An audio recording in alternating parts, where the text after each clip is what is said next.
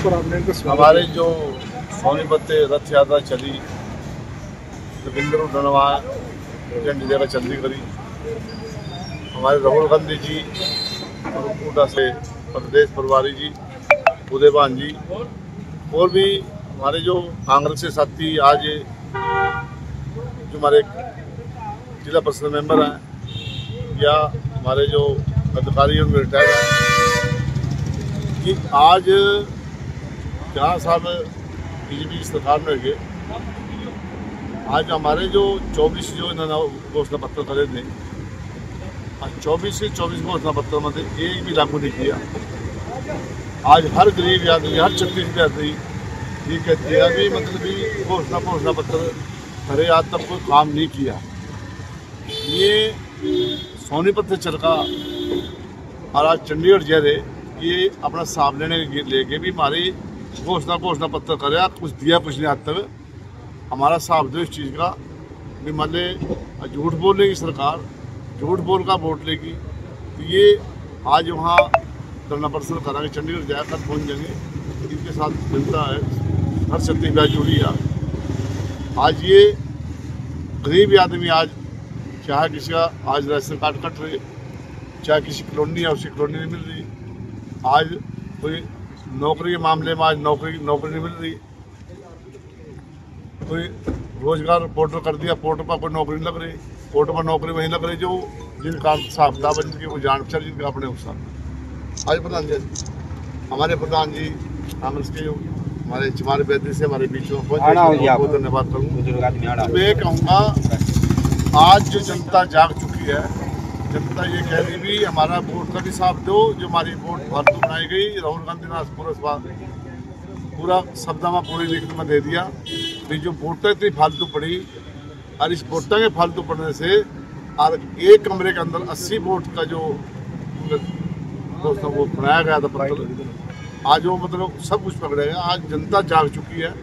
अब ये कोई नहीं कह रहे हम मांग रहे अपनी, जो जनता की बीजेपी ने जो घोषणा पत्र करे थे उसके मांगने के लिए, उसके साथ मांगने के लिए दे। और मैं कहूँगा आज युवा साथी, पढ़े लिखे युवा साथी हैं, जब तक नौकरी नहीं मिलेगी, आज पोर्टल के सेवा नौकरी नहीं, ना पोर्टल कोई चल है किसी का, ना नौकरी मिली, ना किसी बदली हो रही, और तो ना कोई ग्रांट है, जब तक कोई ग्रांट भी सारी पोर्टल पर कर दी। हर इंसान अब दुखी है। ये मैं कहता भी आज ये जो सोनीपत चौधरी भूपेंद्र सिंह हुड्डा, दीपेंद्र हुड्डा और राहुल गांधी जी और कांग्रेस के जितने भी कार्यकर्ता हर छत्तीसगढ़ में आज ये चंडीगढ़ नरवाना है, तो चंडीगढ़ जाएगा, ये सीएम साहब से मिलेंगे, सीएम साहब से मिलकर ये कहा गई जो घोषणा पत्र आपने किया, जो घोषणा पत्र हमारे यहाँ को इसको लागू करो, नहीं लागू करते हम सड़कों को धरना प्रदर्शन करेंगे। दूसरा नंबर जो बाबा भीम अम्बेडकर की जो हमारे संविधान बनाया, उसको छेड़छाड़ करने के लिए इन्होंने बहुत वो करे भी छेड़छाड़ के उसको बदलाव करेंगे। उस बात से भी हर जनता का 36% का रोष है कि जो हमारे डॉक्टर भीम बाबा साहब ने जो संविधान बनाया, तो आज तक किसी ने छेड़ा नहीं, और आज उसको छेड़छाड़ करे तो बिल्कुल नहीं होना चाहिए छेड़छाड़। वो ऐसे रहना चाहिए जो बाबा साहब ने जो लिखा उसका जो होना चाहिए।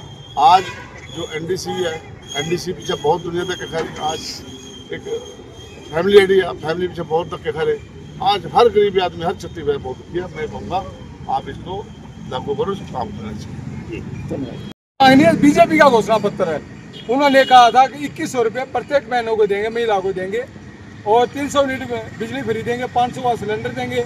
हरियाणा कौशल निगम में जो कच्चे कर्मचारी उनको पक्का करने का काम करेंगे, और जो अग्निवीर के जवान हरियाणा के लगे हुए हैं उन्हें सरकारी नौकरी देने का हम काम करेंगे। उस समय 24 घोषणाएं की थी, आज 9 महीने से ऊपर समय हो गया है, अभी तक उन्होंने घोषणा लागू नहीं की है, जिससे प्रदेश की जनता में एक दर्द है, एक विरोध है। और हमने जब सोनीपत से चले हैं तो रास्ते में देखा है, विधायक जी भी यात्रा में जब रामकरण काला जी विधायक जी वहाँ आए थे, यात्रा में जब चली, दीपेंद्र भाई ने हरी झंडी दिखाई थी, तो लोगों में हमने जाके रास्ते में जब पंपलेट दिए है, क्योंकि शहर में गाँव में उतर के वहाँ पे पंपलेट बांट रहे हैं, तो लोगों में दर्द है। गरीब परिवारों के लिए, गरीब जनता के लिए इन्होंने एक दिलिया काम नहीं किया, एक पैसे का काम नहीं किया। और आज गरीब परिवार या प्रदेश की जो जनता है वह एक ठगा हुआ सा महसूस कर रही है कि हमारे साथ धोखा हुआ है। और आने वाले समय में कांग्रेस पार्टी मजबूती के साथ उभरेगी और बीजेपी का जो ग्राफ है लगातार घट रहा है। ये यात्रा कहाँ से चली और कहाँ तक जाएगी? हमारी यात्रा सोनीपत से चली और चंडीगढ़ जाएगी। कल 250-300 हमारे साथी इकट्ठे हो रहे हैं। हम सीएम आवास पर हम प्रदर्शन भी करेंगे वहाँ। हरियाणा के मुख्यमंत्री नायब सिंह सैनी अपने दावों में करते हैं कि वो लगातार जो है गांव-गांव विकास के नारे लगाएंगे, विकास की लहरें जो है चल रही हैं, क्या कुछ कहना? उनके सभी वादे खोखले हैं। मैं खुद दूसरी बार जिला पार्षद बन के आया हूँ। मैंने देखा 5 साल जब भूपेंद्र हुड्डा सीएम थे तो हम जैसे दिल्ली में काम दे के आ रहे थे, सोनीपत आते तो काम हो जाए थे। आज स्थिति ये है, गाँव में विकास के लिए लोग तरस रहे हैं। कोई भी नया काम गाँव में नहीं हुआ, ना शहर में हुआ। निगम में, तहसील में भारी भ्रष्टाचार है। 600 रुपये तहसील में रजिस्ट्री के नाम पे पैसे लिए जाते हैं कच्चों के हिसाब से। पंचायती राज में घोटाला है, निगम में घोटाला है, हर जगह घोटाला है। भ्रष्टाचार चरम सीमा पर है। बेरोजगारी बढ़ी हुई है और कानून व्यवस्था का दिवाला पिटा हुआ है। सरेआम फिरौतियाँ मांगी जा रही है और आप देखिए माहौल ऐसा हो रहा है कि व्यापारी भी यहाँ से डरे हुए हैं, वो व्यापारी भी समेटने पर लगे हुए हैं।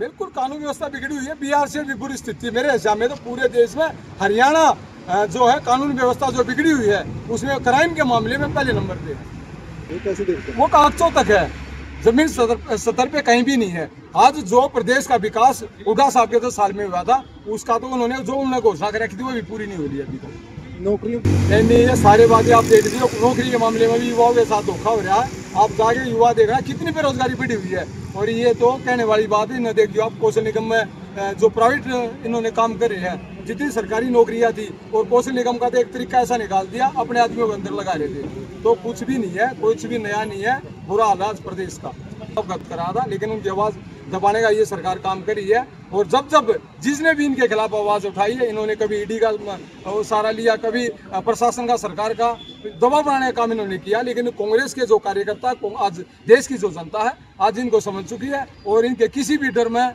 ये घबराने वाले नहीं है। हम निडर होकर एक सिपाही के तौर पर जिस तरीके से स्वतंत्रता के तौर पर देश की आज़ादी की लड़ाई लड़ी थी, उसी तरीके से आज देश का हर नागरिक और कांग्रेस का हर कार्यकर्ता इनसे दो हाथ करने के लिए तैयार है।